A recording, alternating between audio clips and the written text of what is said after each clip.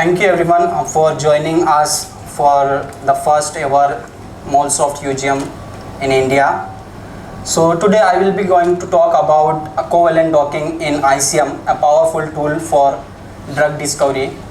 So the agenda for my talk will be I will briefly talk about the history of covalent inhibitors, and then I will slowly move toward the what is covalent docking and what are the key concepts involved in covalent inhibitors or key components required for covalent designing a covalent inhibitors, and then what are the different approaches for covalent docking, and then we will see what is the approach which we will use in MolSoft for covalent docking, and finally the benchmark study for covalent docking using ICM tool, as well as the success stories and the comparative study about a comparison with the ICM covalent docking with the other well-known freely available as well as commercially available software tools.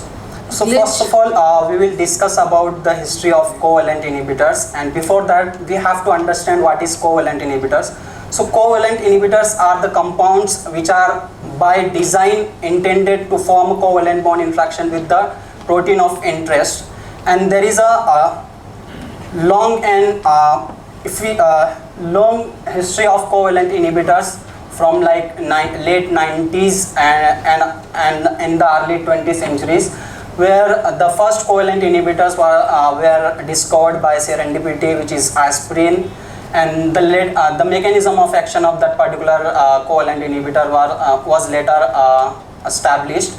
Then another covalent inhibitor which is well known, which is a penicillin antibiotic, which was discovered, which is also act through a covalent mechanism.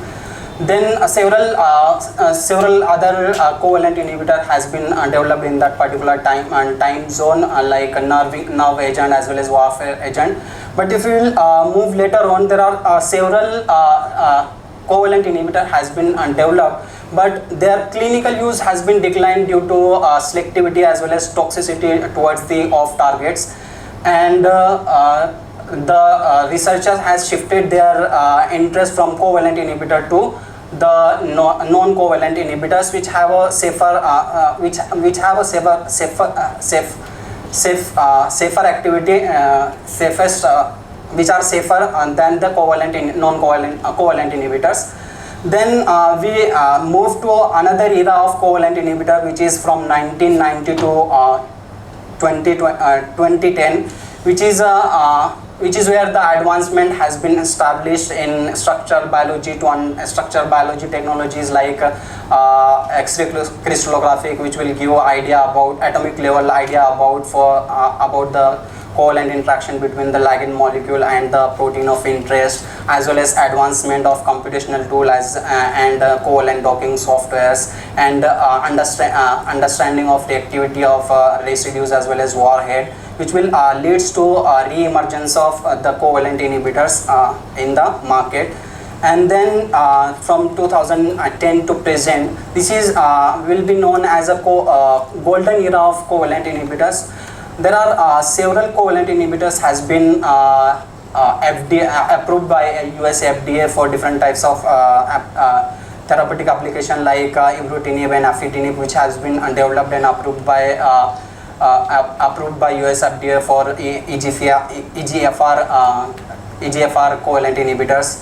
Then if you will see the timeline of covalent inhibitors, like in this image, and the first ever covalent inhibitor which has been marketed, which is FDA approved, which is aspirin, and later on several class of covalent inhibitors has been approved by US FDA, which are targeting to different targets, like some are antibiotics, some are oncology, some are targeting cancers, then GI disorders, etc.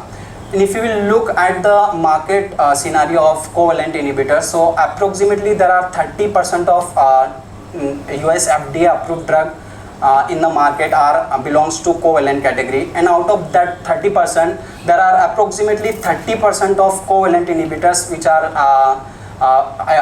approved by US FDA, which will act as a anti-infective, through the disruption of cell wall synthesis of bacteria, and another 20% of covalent inhibitors are anti-cancer. Then rest of the molecules are belongs to like GI disorder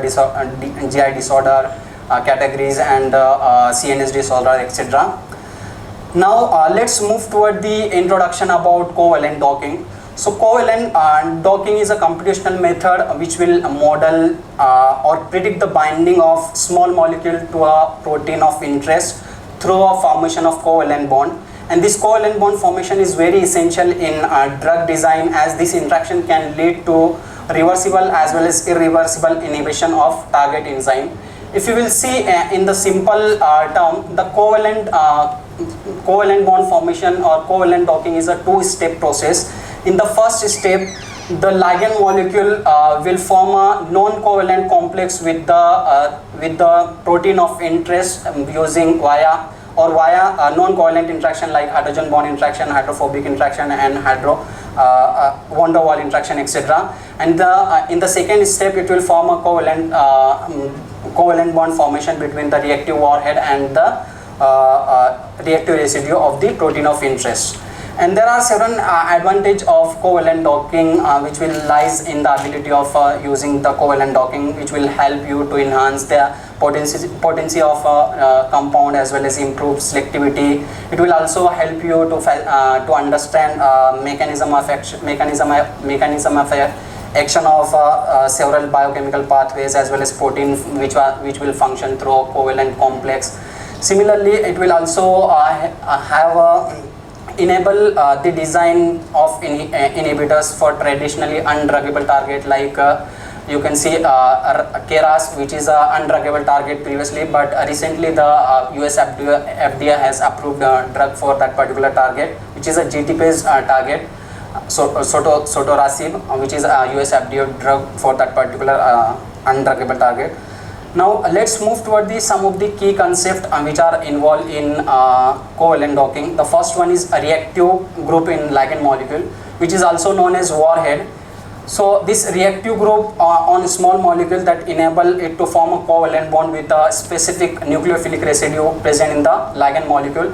And there are several warhead which has been explored by a research community, like you can see over here beta-lactam, which is available in the beta-lactam antibiotics, then acrylamide, which is also available in several EGFR inhibitors. Then you can have other boronic acid as a warhead in the covalent inhibitors, similarly other epoxide, etc. And there are several things which we have to keep in mind while selecting the particular warhead or designing a novel covalent ligand molecules. The first is the balance, reactivity balance of covalent warhead. So the warhead must be reactive enough to form a covalent bond with the reactive residue, and it should not be too reactive or so reactive that it will form a premature bond with the other residue or off targets. Similarly, it should be electrophilic, because most of the residues which we will target in the covalent docking are nucleophilic, so it should be electrophilic in nature.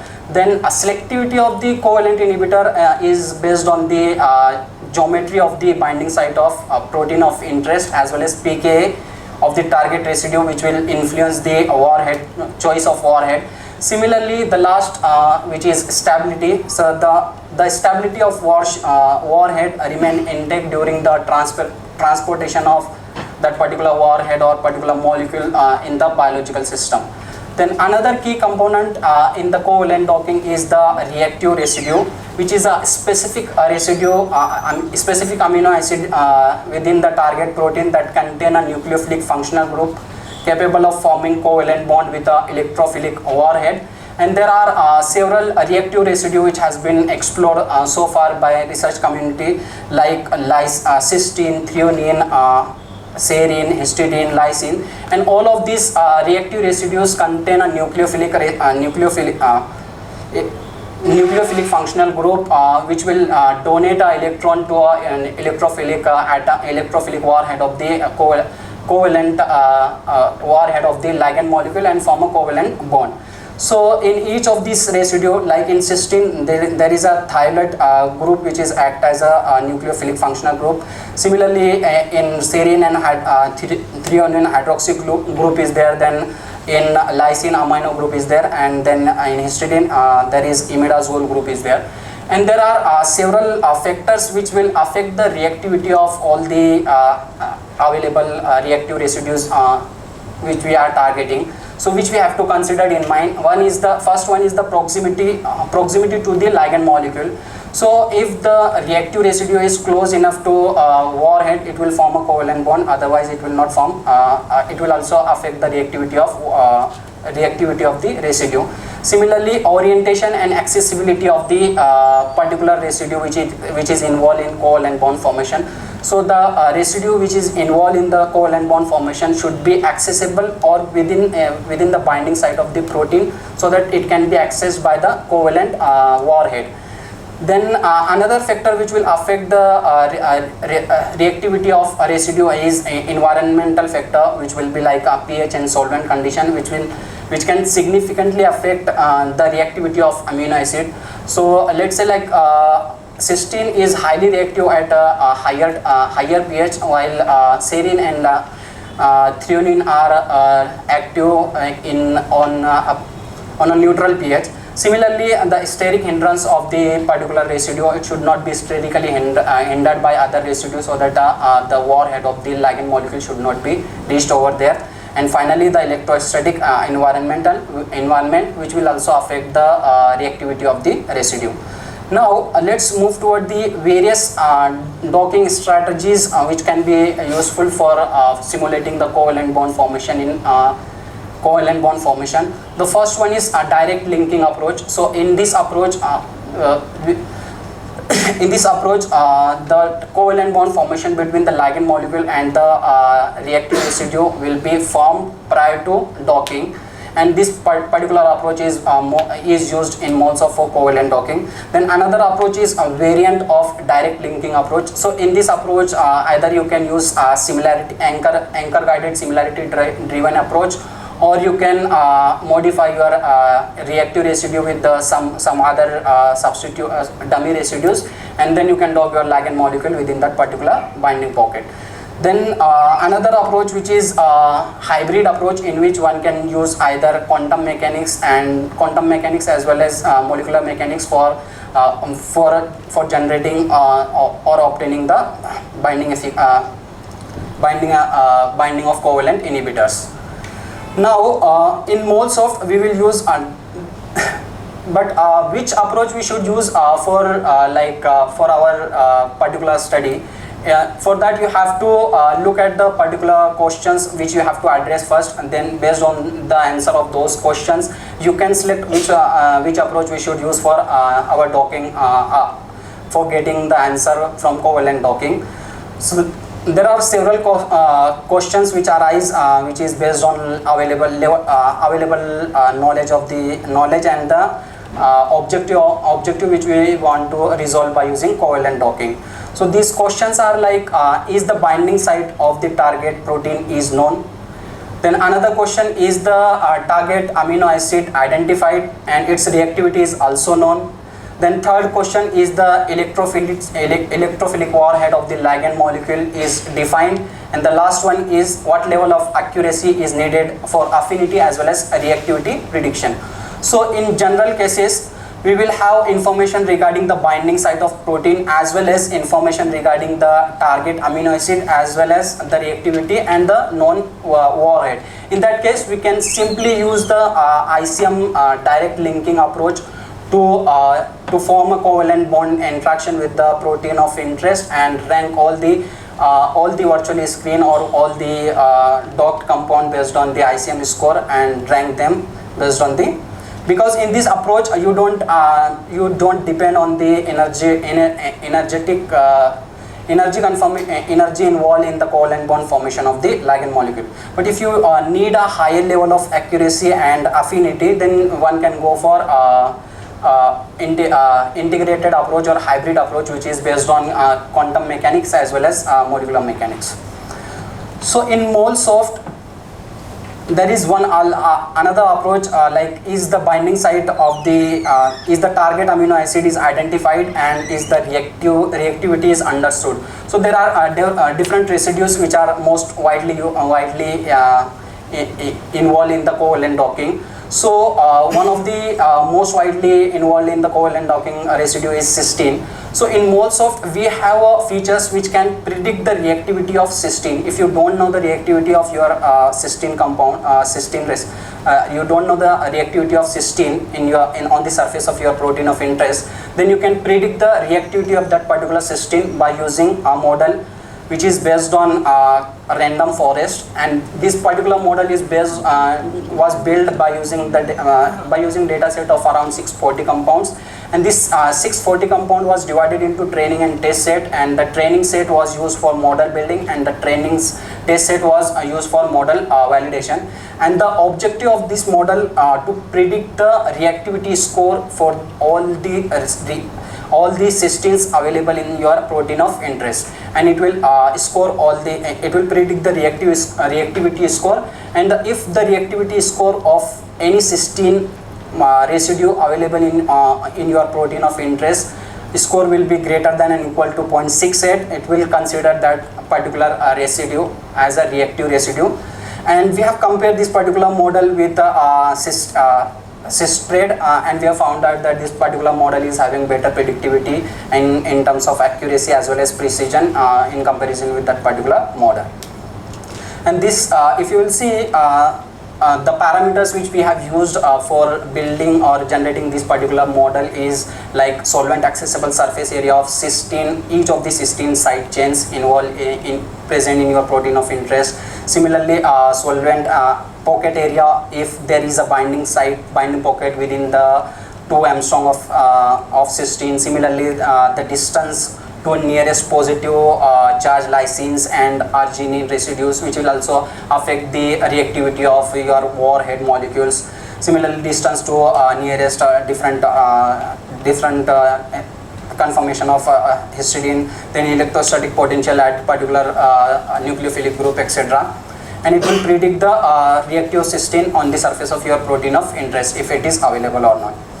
Then the process which we will involve in MolSoft for covalent docking is similar to simple docking. First, you have to generate a grid map without a grid map, and then you have to specify a particular residue which is involved in the particular reactive residue which will be involved in the covalent bond formation. The first step which you have to do is you have to define a reaction model by which you can show, or this is a reaction transformation model by which we can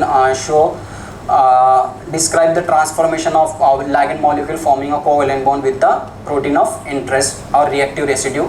And another step is the side chain atoms and side chain atom of the reactive residue as well as the atom of the protein of atom of the small molecule which are involved in covalent docking are masked in this particular docking. Similarly, ligand conformation ligand transformation is automatically modified to align with the reaction model. Then some docking constraint has been put on the side chain atoms, and then ligand conformation of all the molecules will be generated by using Monte Carlo simulation method. And finally, all the generated conformation or poses will be ranked based on the ICM score. So this is the general process which we will follow in MolSoft for covalent docking. Now let's move toward the some of the common database of common covalent reaction transformation which are available in MolSoft. So there are approximately 80 reaction transformation model are available in MolSoft for covalent docking, which you can select, which are also targeting different residues, reactive residues like cysteine, serine, histidine, threonine.